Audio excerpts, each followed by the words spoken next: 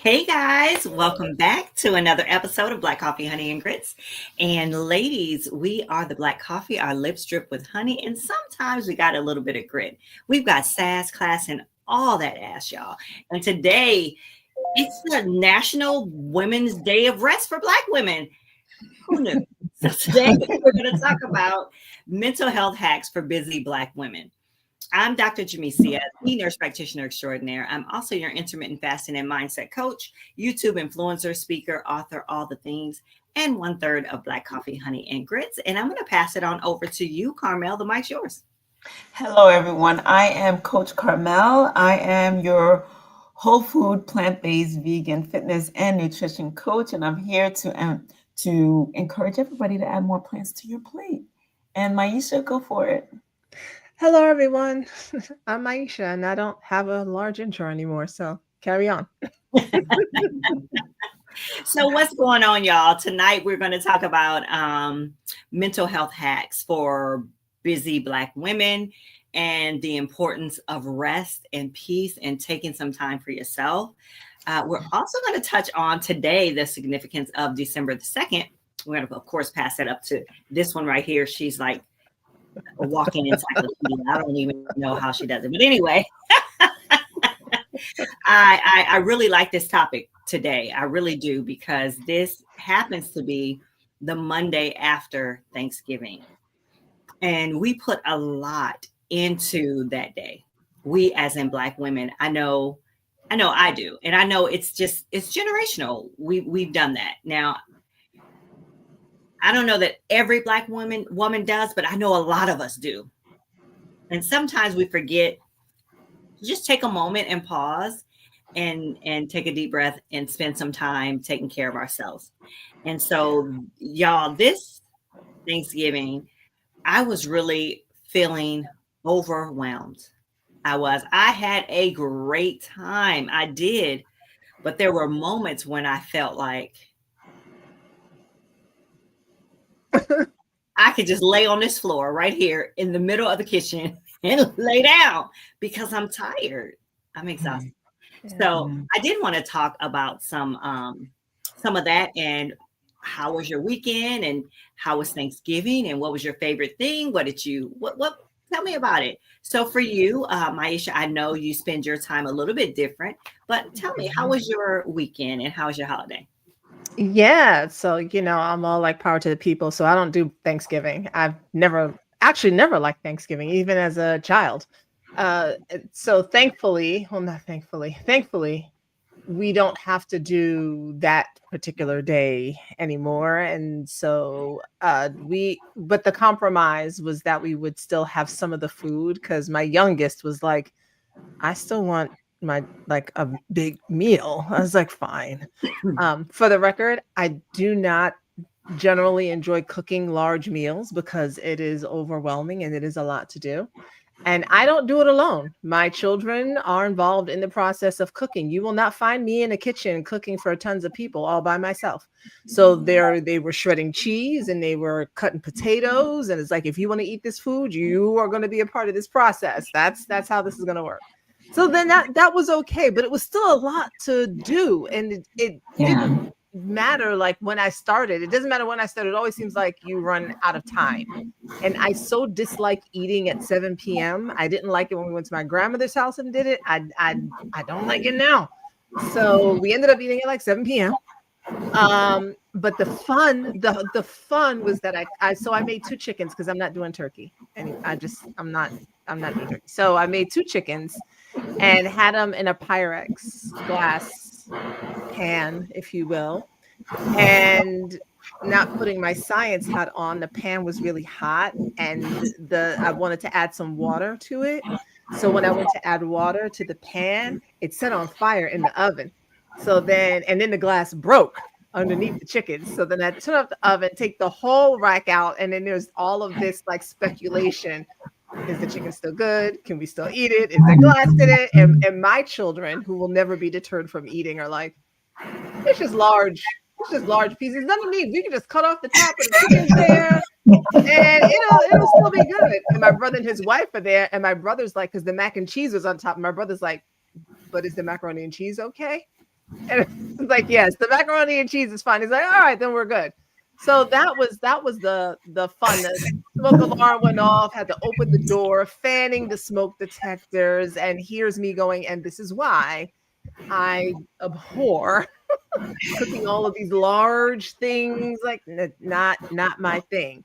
So that was how Friday went, which is when we ate, but it was still fun times, great conversation, which is what I really love. My pies were tremendous. My youngest had the nerve to see if I was gonna buy a pie crust. I don't buy pie crust, I make my own. Okay. Yes. So my pies were good, sweet potato and pumpkin, because we're a little white here. And had my mashed potatoes, no potato salad, because again, not all the way black with that. I did have collard greens. I did have broccoli. I didn't have enough time to make the salad because I was trying to balance out the starches with the vegetables, but I was done. And I did have some candied yams. So I didn't get to make my rolls, but the dough was in the refrigerator. So it was all in all, it was a fun Friday evening, hanging out with my kids, my brother, his wife, and just having a lot of introspective and it's like a therapy session with these people. It was good. It was fun outside of the fire in my oven. Well, that sounds fun. That sounds fun. Now Tay says, "Girl, that chicken is still good." Oh yes, ma'am. It was. And did they eat it? They absolutely did. They absolutely did. Yes. And Mark says, "Celebrating all of you queens. Props to you for this. Thank you and thank you." Now I will say I did sleep a lot. Like the next day, I've not gotten 7 hours of sleep in a very, very, very long time. I slept a lot and took a nap, and the rest of my weekend was full too. I forgot what I did. My sorority, the youth auxiliary, they had a moving up ceremony, so I went to go help out with that on Sunday, and that was fun to see. And yeah, still just training for work. So I was tired. I took naps and got a full night's sleep. But I'm good now. Okay. I'm good. I'm ready for the rest of the week. Okay, cool. What about you, Carmel? How was your Thanksgiving? How was your weekend? Did you get any rest? I did. So just like you, Maisha, I got some full night's sleep. Like I took the 4 days, right? Thursday, the traditional Thursday, Friday, and then Saturday and Sunday. It was just lovely. I was here with my sister, and we didn't really celebrate Thanksgiving. And last year we kind of did the same. I feel like since I lost my parents, every Thanksgiving dwindles down to a little bit of nothing. And it's interesting because I'm thinking I've never asked my mom, why do we celebrate Thanksgiving here? They came in the 70s, and I'm sure it was for us not to feel like we weren't Americans, right? But growing up, I remember one year as an adult thinking, none of the food that we're eating is Thanksgiving food. The only thing on here that's American Thanksgiving food is this turkey. Everything else is Haitian. So we very much had a Haitian Thanksgiving. And then I turned white, right, Maisha? Because then I'm like, oh, we got to do the white potatoes just like the Americans do. Oh, we got to do, because I didn't know about like the sweet potatoes and how Americans did it with all that extra sugar. If I was onto that, it would have been a thing. I'm like, Mom, this is how we have to do it. But we didn't know about any of that. Cranberry sauce out the can. We were like, oh, right. That's what the Americans do. Let's do it. But now we were full-grown adults by that time. So Thanksgiving started looking like American Thanksgiving to us when we were like in college, in our 20s already. And then again, Dad passed, and then we lost Mom, And so every year it looked a little different. Last few years, it looked very vegan, right? And to now where it doesn't look like much of anything. It's that Thursday. Thanksgiving is so adaptable, all about the love and fellowship, 100%. So we would get together. It would be beautiful time had by everyone, but we never ate as late as 7 p.m. We would wake up at 9 o'clock. My mom's halfway done with the turkey, and she was just like, everybody go wash up because dinner will be ready at noon. It was kind of one of those things. Mm-hmm. So we ate early, and then we ate a little bit later, and then we ate still a little bit later. So we got to enjoy like all day. So, but I was so okay. It was Thursday. It was Thursday. And, I just acknowledged the day. And I'm grateful that there is a day where we can actually stop for a second, except for you, Dr. J, and all the other people who really take it seriously. I saw a reel where this woman was like, she was reprimanding one of her daughters or nieces or somebody, saying, Thanksgiving is not the day that you just try something. It's not for experiments. You do the things that we always did. Like, it was a serious reel. She was not happy with her daughter or whoever it was that was trying something new on Thanksgiving. Don't do that. I thought that was cute. But yeah, and then the rest of the weekend was a little bit of spring cleaning in this apartment. So this apartment's looking a little crazy right now. Don't look too much behind me, but and we got a chance to rest and just watch TV. And we watched a Christmas movie, one of those love songs, like the one with Christine Milian. Yes, falling for. See you next Christmas. Meet you next Christmas. Next Christmas, yeah. So that was cute. Those are always fun. It was fun. Yeah. So that was my weekend. Well, good. And I feel like the young lady said, it's adaptable and it's about the love and the fellowship. Yeah. So however that happened, and whatever. For me, it was a house full of people. We didn't have the 21 that we had last year, but we had 13. And it was good. We did a drink contest. So everybody, and I'm going to put this reel up eventually, but everybody came in with this drink contest thing going on. So we did holiday drinks. And everybody came in with their drink, and we videotaped and all that good stuff. And we had a contest to see who was going to win or whatever, and it was good. Mind you, I could not drink all of that cocktails because I'm not a drinker like that. But it was fun. It was a lot of fun. The food was amazing. It was great. My kids chipped in this year. Of course, all the stuff we do. It was great. It really was. I was just tired. But we're like you, Carmel. We normally eat at noon. Yeah. I grew up eating at noon. And so now, since I'm on the East Coast, we eat at 2. Okay. So yeah, we eat at 2. And then maybe somebody will eat again later, but it gives you time to digest and then have some dessert. And we play games, and we had to, of course, all that stuff. So that was going on. But in the midst of all of that, I found that I still felt a little bit challenged mentally, physically, all of that. A lot of emotions going around. My brother and sister didn't come. So anyway, this mental health hacks for Black women on this day, I think, is amazing that we're talking about it. So Maisha, can you kind of introduce this day as to how we would go about it and what it means? Yes. Yeah. So I found out I'm scrolling through Instagram and saw a post that said December 2nd would be a National Day of Rest for Black women. And this is largely in response to the way we all galvanized, the over 90% of us who galvanized during this presidential election in our efforts to do as we do and try and save this country. And it was like, nah, okay, we're finished. Okay, we're done. And so it was like on December 2nd, stay home, don't shop, don't do nothing, just rest. We deserve to rest. And we are the demographic that is least likely to actually rest. For some of us, it's uncomfortable to do so. And so I found it on Instagram account 25_BWB. It's Black Beauty or something like that. And then I started seeing it in other places. So it was picking up steam. So I was like, well, you don't have to tell me twice. You already know. I'm here for the resting. Okay. This country can drown as far as I'm concerned at this point. So I took today to rest. And I think that it is important, especially after I don't know why Thanksgiving always seems to be so much bigger in the Black community than Christmas, which is quite ironic to me, given how both holidays present. but especially after Thanksgiving, and then knowing that everybody's got to travel or go back to work on Monday or whatever have you, I think it was very fitting to have a day of rest after all of that. Anyway, I think that we should do that, just period. So that's how I found out about it. I hope it's something that continues year after year. I hope more of us do it. I think it's a great way to show this country what our spending power looks like when we take at least a day and don't spend any money anywhere. I've got my own ideas about how long we should do that for, but that's another conversation.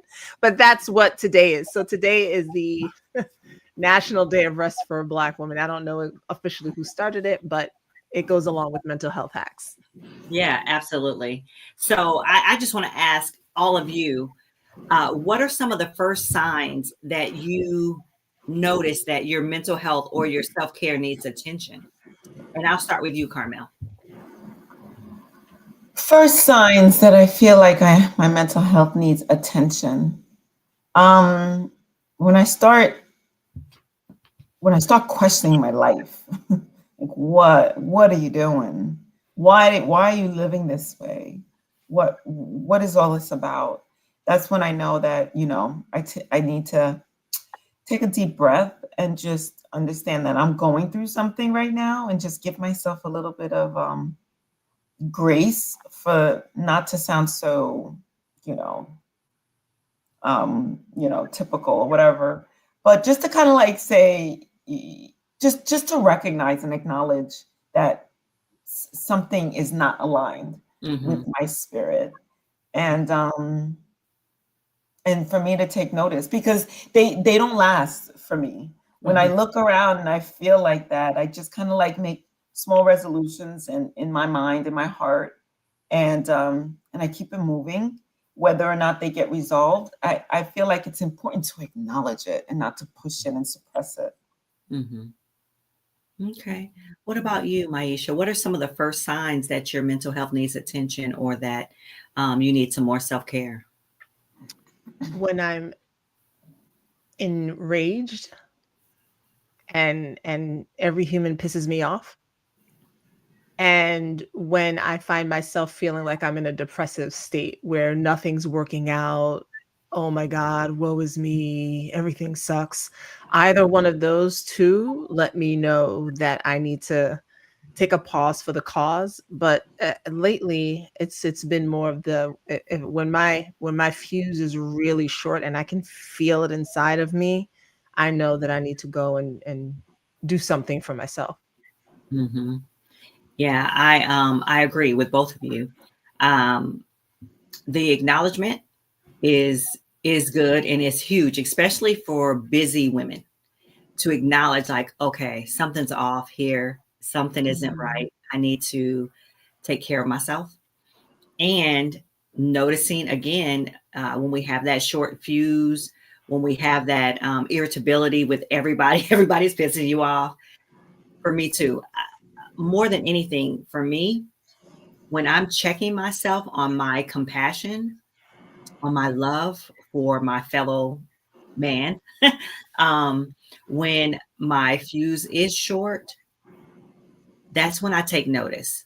Like you said, when everything gets on my nerves, when every little thing, and I feel like, okay, I'm taking too much time doing this, or I'm taking too much time, it's like, okay, stay still, take a breath, get it together. And oftentimes I find that I am just exhausted, whether it's mentally or physically. Either way, I'm exhausted.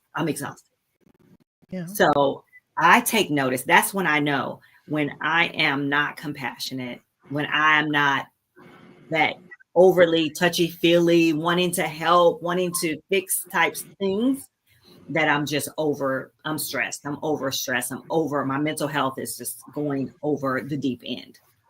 And I was talking to a young lady that I'm working with. And she said that what her and her lady friends do after Thanksgiving, all of the ladies involved, the very next day after Thanksgiving, they all go to the spa. They spend all day at the spa while the men take themselves either to Dave and Buster's or to Apex or to somewhere to let off steam while they're over there getting massages, the sauna, the steam room, the lunch, the little nap they get, the everything, taking care of themselves the day after Thanksgiving. Every year they do highs and lows, like what was the high, what was the low of the holiday, just all of these beautiful techniques. And I'm like, wow, I like I that. need a spa day. I love that. I do too. Yeah. So Raider Stiller fan says long work hours may increase the risk of injuries and accidents and can contribute to poor health and worker fatigue. Definitely. Definitely. So there are some things here that I found that are helpful. So I wanted to share. Well, actually, we can all just kind of talk about what are some practices or some quick practices that we do or use to help reduce stress in our lives. I start writing myself these lists of things to do, and not for me, and not even so much to check off, but just for me to see it on paper so I don't feel so overwhelmed. It's kind of like a dump, kind of like this is what I have to do. Let me just see it in front of me. Oh, that's not so bad. Oh, that's easy. Oh, Carmel, what are you so worried about? So that's one of the things. It's almost kind of like journaling, but it's kind of like a list of the things that is occupying my mind and making me feel overwhelmed or anxious. So that's one of the things that I do. Another thing that I do every morning before I get out of bed, I practice breathing techniques, and every night as I go to bed, I practice breathing techniques.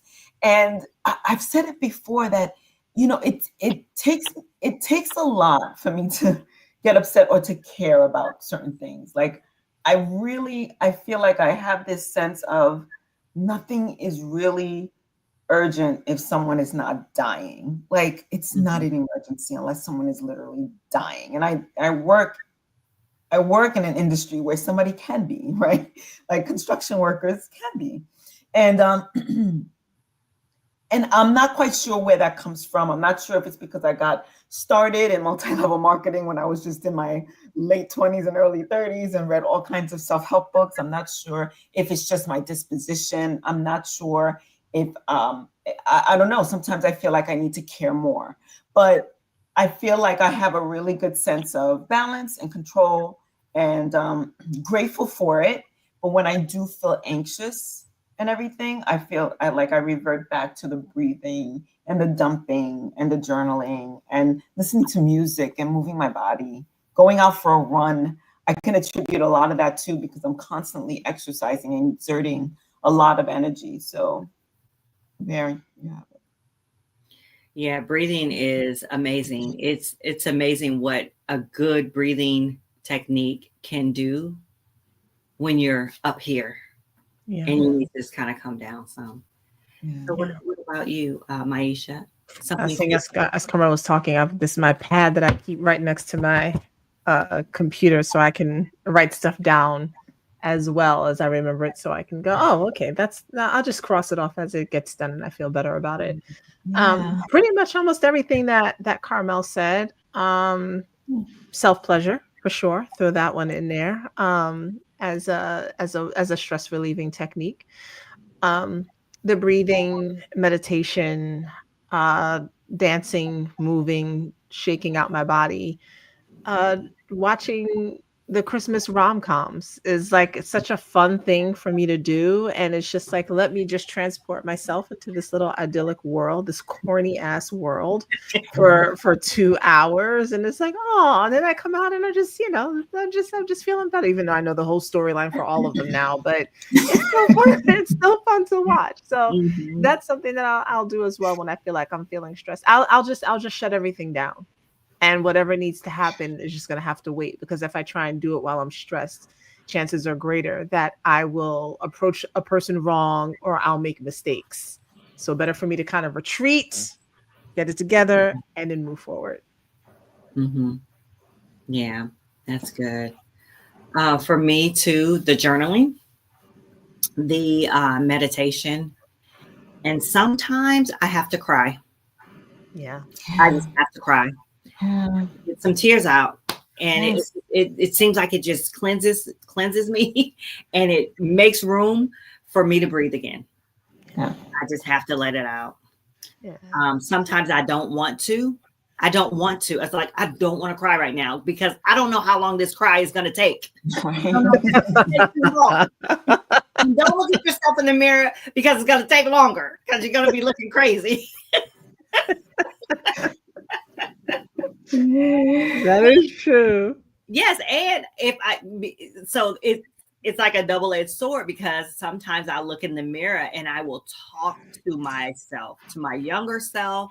I'll talk to my middle self, and then I'll talk to myself now, and it's like, and then it turns into this thing. But it helps. It helps. It helps. Let me tell you. So I do that. And another thing I do, I make a loud noise, a grunt, and that helps too. It really does. If I need to just keep going, Yeah. and I can't, I don't have the if I'm working or if I don't have the ability to just get away, I have to do that grunt. I can't be crying in a meeting or whatever. So that helps me making that loud grunt sound. It's like ah. I'm telling you, it works for me. But I have to do it once or twice. So that works. Those are just a couple things that I do. I don't know if I ever told y'all that I probably did or did it on one live stream when I was having a day. I was having a day. I don't even remember what was going on, but I remember I was having a day, and I'm walking in Midtown, Manhattan, and I wanted to scream, but there was no way that was going to happen, right, without cops being called. And so when I was headed to a doctor's appointment, and when I got there and I was in the elevator by myself, I was literally in the elevator like, fuck. Like shit. Like, I was just like letting it go. By the time I got to the floor, the doors open. I'm like, okay. But I really just had to I knew I had to get it out because I could feel it in my chest, and it had to come out somehow. Oh, I don't know if I would have had the guts to do that. I always think that the door would open and people they're like what is happening? Yeah, Who's hurting you? Yeah, I thought they might think that too. And I already know I'm gonna say, look, I just needed a moment. And if it's a woman, she's probably gonna say, I know that's right. Like she's probably gonna be like, I hear you. Listen, now I have a new place. You ladies have seen the woods the park that I go to where I run. What a beautiful, amazing place. So much crying has happened in those woods during my walks and during my runs and when I'm alone and so much of it. And so much, I'm gonna say, even healing. I've grounded in there. I've hugged trees. I just sometimes just stop and just take a look at the beauty that's around me and my privileges. And remembering those things also, I feel, is a nice technique for me, just to remember, not to discount what I might be feeling, but to just know and understand that I'm so blessed and privileged, and not many people get to experience this on a daily basis. I mean, it is literally right outside my door. And I'm so thankful for it, grateful for it. I acknowledge it. I know it. I recognize it. And so that in and of itself is very healing. And it's one of my techniques, knowing that I have something so close where I can go out in the woods and scream and nobody's going to come running and be like, I'm going to call the police. Are you being attacked? So yeah, that's one of my things too that you mentioned. That yelling. That sounds nice. So what about the power of saying no and not feeling guilty? How do we navigate that? How do we change or shift the mindset? Because saying no, right? When saying no to someone else is saying kind of yes to yourself, right? Yeah. But often Black women have a hard time saying no. How do we shift that and make it a guiltless situation sometimes in order to protect our mental health? practice for one thing. That's for sure. You got to practice it. Yeah, so I don't really have an answer for that at this point. I have to think about that. It was something that I would teach women, but I've moved so far down the line of that it's difficult for me to say, because like my first answer is you say no. Just say no. Right, you just say no. And Mhm. it's and I've heard it, but what if, and the what ifs and the what if, and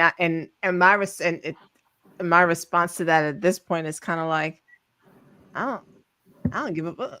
Like, just and so I don't have any guilt anymore around saying no to most things. There's only one area left that I've had to work on with that. But like at work or any place else where a lot of us might feel that pressure, with my kids, nah. The answer is no. I think what you said is key, the practice Mhm. of doing it. And what I have suggested to women, I have literally given the assignment of saying yes if they weren't able to say no.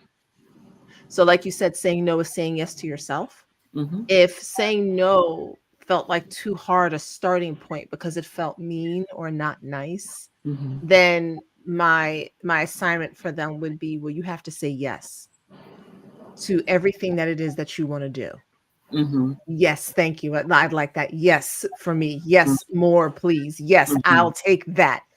Right? Because that's when we'll say no. No, it's enough already. No. So then the assignment was to say yes, and through that they were able to figure out how to say no sometimes. So that would be a starting point. Mhm. That's good. I feel okay. So this weekend, I learned of something that's happening, and it's a Christmas party, and I was like, "Ooh, is anybody invited? I want to come." And so the person I was speaking to was like, "Yeah, come through, come through." So it would take me to jump in a car and drive for a few hours, spend the night, a lot. And the more I'm thinking about it, the more I'm like, "Do I even want to deal with that?" And I'm thinking, and now today I was supposed to speak to this person who I kind of like said, "Hey, I want to come," and tell her that I've changed my mind because of the amount of effort and energy, and not that I don't have it, it's just the circumstances around it, that I could really use my time in a better way, and it's not really detrimental to anything, and it's almost FOMO, but it's kind of like, I don't really need to do this. And so I'm thinking to myself, how do I tell her without sounding like I'm coming up with all these excuses and justifications? And I'm like, well, you don't have to do all of that. Just be like, I changed my mind. Thank you for being so open to saying Mhm. yes to me. But after consideration, it's just not the best use of my time. And I feel so, in order to feel comfortable about saying no and no to others or invitations or things like that, and saying yes to yourself, is if you have to justify it to yourself, justify it, but make them really authentic, genuine justifications. Like they have to be real reasons. And you know what? They don't even have to be real reasons. They're reasons for you, because I just don't want to is a reason. And Mhm. it's good enough. And we have to stop caring about what other people, how they're gonna take it. They're gonna be all right. They're gonna be okay. Mhm. They're gonna be okay. Are you going to be okay? And that's the number one thing. It's hard for people to make themselves the priority because we're so used to making sure that everybody else is accommodated and everybody else is happy. And we make sure that we uphold our integrity to other people, but we don't uphold our integrity to ourselves. Mm. And once we start thinking about it in terms like that, and making ourselves just as important, right? We are the most important, but oftentimes we don't treat ourselves as on the same level, but we have to start thinking of ourselves in terms of that. Yeah. I like to use I think of giving my decisions like when you don't know, and thankfully I don't think any of us have been arrested, but you don't say anything without your lawyer, so you don't say anything at all. That's how I view my responses. That's the stance that I took with responses. So, hey, thank you so much for the invite. I'm not going to be able to make it. Mm-hmm. And that's it. That's all I'm Mhm. saying. You know, and if somebody has a question, I can answer the question. But I think sometimes so I know for me, I used to give so much information. Mm-hmm. Like I don't like I had this I got trained that you have to give all of this explanation and information, and it's because of this, and the more you talk, the more it just starts to get much more muddled, and now they're formulating stories in their head. No, let's just keep it short and sweet. And I've done this with people. I'm like, hey, unfortunately I can't make it, but I really hope you have a great time. Mm-hmm. And that's really all I say from now on. Yeah. That's so good. Yeah, That's so good. very much so. Mhm. So the other thing too that Yeah, I'm sorry. That was deep, Carmel. We uphold our integrity to everyone else, but not to ourselves. I was like, oof. yeah, it was. It's the truth. It's true, and we have to do better. And in doing better, we do better for the people that we love and care for. And the other thing too that's important to remember with these mental health hacks, which is not really much of a hack, but they are, is to remember that one, from a health standpoint, we need to stay hydrated, and two, we need to sleep. Yeah. We need to sleep. We need to rest and recharge. That's where all of the good stuff happens. So we need to remember that. And it's not just grind to death and not any rest. Although sometimes we feel like we have to do so much to get to the next level because of who we are, Black women. Honestly, it does us no good if we're not healthy with all this money, or we're dead and then we didn't enjoy the money or whatever. So it's important that we get our rest and that we stay hydrated so we don't get sick and feel awful. Yeah. Yeah. So I highly encourage everyone to read Rest is Resistance. I know I already told y'all about that book, but Rest is Resistance. Very important book, I think, for Black folks to read and go rest. That's one of the most important things we can do for our mental health is go rest. yeah. And back to what you were saying before, Maisha, when you were just saying that no, right? And no other explanation, information is needed or required. I remember this one girl just kind of like, we were like, are you hanging out with us tonight? She was like, no. I remember feeling so offended initially. Like, what do you mean no? Like, what are you doing? What else could you possibly be doing? And then in retrospect, I'm like, I respected her answer so much. And the reason why I was offended was because I didn't have the audacity to answer that way. Right. Same. Yeah. Same. When I would meet women like that, I'd just be like, that's it? Like, where's the story? Where's that? Like, that's it? Right. Yes. And so the last thing, y'all, that I want to mention before we get off is setting boundaries.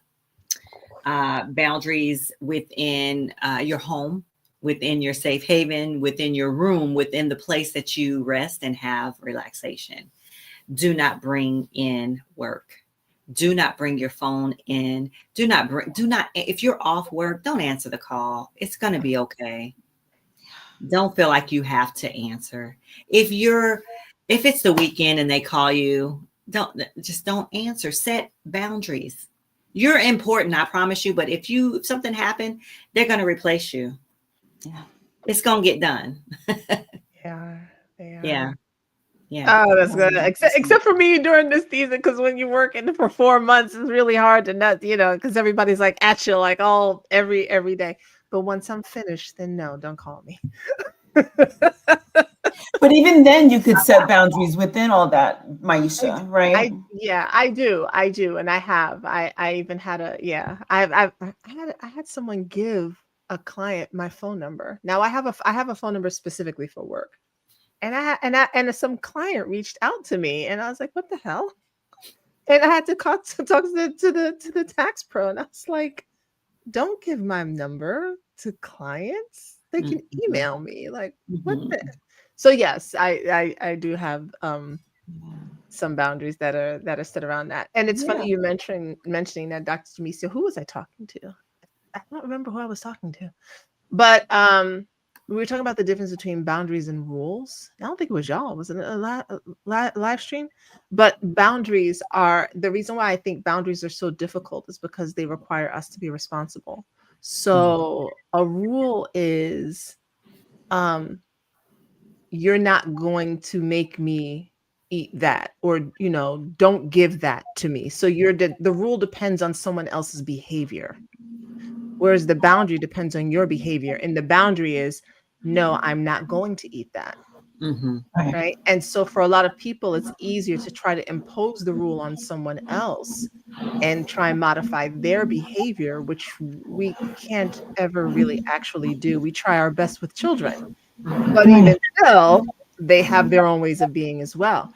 But the boundary is, no matter what your behavior is, this is what I'm not going to tolerate. And if I don't want to tolerate it, I'm just not going to be in this space. Versus you need to act a certain way for me to be in this space. Right. So that's the boundary. I love that, because everybody who's ever worked for me, I tell them 5 o'clock, if you're still here, I'm not going to ask you to do anything. If you walk out the door and I can't find something that you last work on, I'm not going to call you. I'm not even going to send you an email. Just write myself a note and remember to ask you tomorrow. I will never call you on the weekend. And I would tell these people this. And guess what? They return the favor. They don't bother me when I'm having lunch. They don't bother me if they can't find anything. If I'm not around, they need an answer. They figure it out. They don't call me on the weekend. I don't even have to ask them to do that. I showed them that that's not happening. I'm not asking you to do anything after 5 o'clock. If you decide to stay and work late to make sure that you get all your work done, it's not if we're having a conversation, it's not going to be about work, right? And so they return that. And so I feel like it's important to even show people that I respect your boundaries, and they will return that. Not only will they acknowledge it, but they'll return it. Yeah. And Villa, I hear you. I can't modify their behavior, but I can choose to remove people. Absolutely. And for me, I kind of say it the opposite, same thing. Because I don't know if I can remove a person, but I can always remove myself. People may stay where they're going to say, I'm going to remove myself. That's how I see it, because otherwise I might be waiting for somebody else to make moves. But yeah, we can't always modify the behavior of others, and so the boundaries are there for us to say, I'm not. What did I say? It's like going to a party with somebody and that they're gonna act a fool. Whose fault is that? Right? And then try to tell them, you better act right when we get in this party, because I know how you can be. No, I better not be with you. Yeah. Because I know how you can be. I'm just not going to be with you. So that's a boundary versus a rule. Yeah. And she also says that no lies detected. Get somebody else to do it. #boundaries. Yes. Get someone else to do it. Somebody else to do it. That's right. That's right. And it's okay for us to do that. And there was a lot of that. I saw a lot of talk of that on I've not been on social media as much since I've like shut business stuff down, and it feels so amazing to I realized I have been marketing on social media since 2010. So I'm tired. I'm over it at this point. So 14 years of that.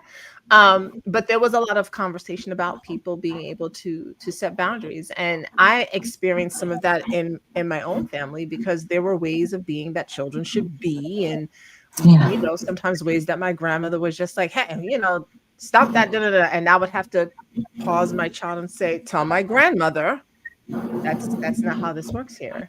And I know that that's hard for a lot of Black women to do, right? Because that's your grandmother. It's not hard for me when it comes to my children. So this is not what's going to happen here. And I'm the type of person where it's like, and I'm okay with not coming back. I'm okay with that. Right? You don't have to change who you are, and I don't need to change who I am. And we can love each other unconditionally from afar. Absolutely. And also, Vela J says, I've come into a new Vela between turning 50 and now 52. I'm standing firm on boundaries, and it's non-negotiable. I hear you. I think once you hit 50, really 45. it just gets easier as we get older. We start to understand other people, ourselves, and the world a little bit better. And it's kind of like, what was my problem before? We just have to go through it. We just have to live through it. Mhm. That's right. Yeah. And I think it's the time. Like when you're in your 20s and you feel like you have all this time in the world to entertain foolishness. Mhm. Like when you're older, like my hours count. Oh yes. Right. And so like how much foolishness am I going to entertain when I could really be chilling watching a rom-com that brings me joy? So you really start to think about who you want to be around, if you're stepping out of your house, who all gonna be there, what's happening, what's the start time, what's the end time, so I can formulate what I'm doing. But it's not like it was for me when I was like 21. And I was never really like that, but I was more than I am now. It's like, okay, I'll just go out. Now I'm very, very choosy. Boundaries. Absolutely. She said it was difficult because it had to do with family. And sometimes it's like that. You got to love from afar sometimes. And then they'll come back around. They sometimes self-correct too. Sometimes they start acting like they got some sense. But Indeed. This was a good conversation. So we'll just recap a couple of hacks for busy Black women. Definitely boundaries. Definitely getting rest. Definitely hydration. Definitely getting out in nature. Walk around. Take some breaks. Make some lists. Prioritize what's important and what's not. Take some breaks. Take some time off. Miss 570 hours of leave. We won't talk about that. But take some time. Get yourself some rest. And the work is going to be there when you get back, honestly. And if you don't have a park or an elevator where you can scream into a pillow. Yes. Sometimes you have to let it out, or take some karate classes, because I did a lot of that too. Yes, absolutely. Absolutely. Wait a minute. I want to highlight what she said here. No is a complete sentence. And we say that all the time. We say that here, Black Coffee, Honey, and Grits, all the time. It is a complete sentence. You don't have to elaborate. Now, if you're one of those people who feel guilty about saying no, you feel like you have to elaborate, but I promise you, you don't. I promise you do not. It's a no for me. Right. It's the because I said so. Remember when Mom used to say, because I said so? Yeah, that's what we need to start practicing. Yeah, absolutely. And so on this National Day of Rest for Black women, I hope you all get some rest. Thank you guys for stopping by. Thank you for having this conversation with us. And please like this video. It helps our content get out there. Send it to a friend if you want to. Subscribe to our channel. All that good stuff. We appreciate you being here on this Monday. We will be back to talk to you on Wednesday. Thank you so much again for being here. And we'll see you on Wednesday. Bye, guys. Bye.